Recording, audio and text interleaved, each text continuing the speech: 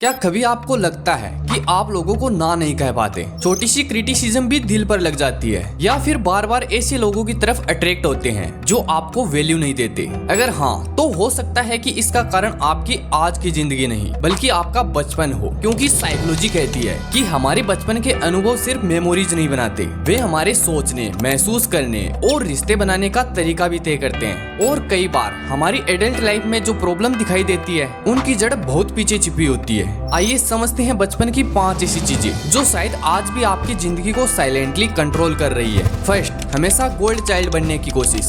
अगर बचपन में आपको प्यार, तारीफ या अप्रूवल तभी मिलता था जब आप अच्छे बच्चे की तरह बिहेव करते थे, तो आपका दिमाग सीख जाता है कि दूसरों को खुश रखना जरूरी है। बड़े होने के बाद यही चीज पीपल प्लीजिंग बन जाती है। आप हर किसी को खुश रखने की कोशिश करते हैं, अपनी जरूरतों को पीछे रखकर, और फिर अंदर ही अंदर थक जाते हैं। सेकेंड, बार बार डांट या क्रिटिसिज्म सुनना। कुछ लोग बड़े होकर भी खुद पर बहुत कठोर होते हैं। छोटी गलती हो जाए तो खुद को बुरा भला कहने लगते हैं। कई बार इसकी शुरुआत बचपन में होती है, जब हर काम में कमियां निकाली जाती थी। धीरे धीरे बाहर की आवाज आपके अंदर की आवाज बन जाती है, और फिर आपका सबसे बड़ा क्रिटिक कोई और नहीं बल्कि आप खुद बन जाते हैं। थर्ड, अपनी फीलिंग्स छुपाना। अगर बचपन में आपको कहा जाता था रोना बंद करो, इतना सेंसिटिव मत बनो, या ये कोई बड़ी बात नहीं है, तो हो सकता है आपने अपनी फीलिंग्स दबाना सीख लिया हो। बड़े होकर ऐसे लोग अक्सर कहते हैं, मुझे पता ही नहीं मैं क्या महसूस कर रहा हूँ, क्योंकि उन्होंने सालों तक अपनी इमोशंस को इग्नोर किया होता है। फोर्थ, अनप्रिडिक्टेबल एनवायरनमेंट में बड़ा होना।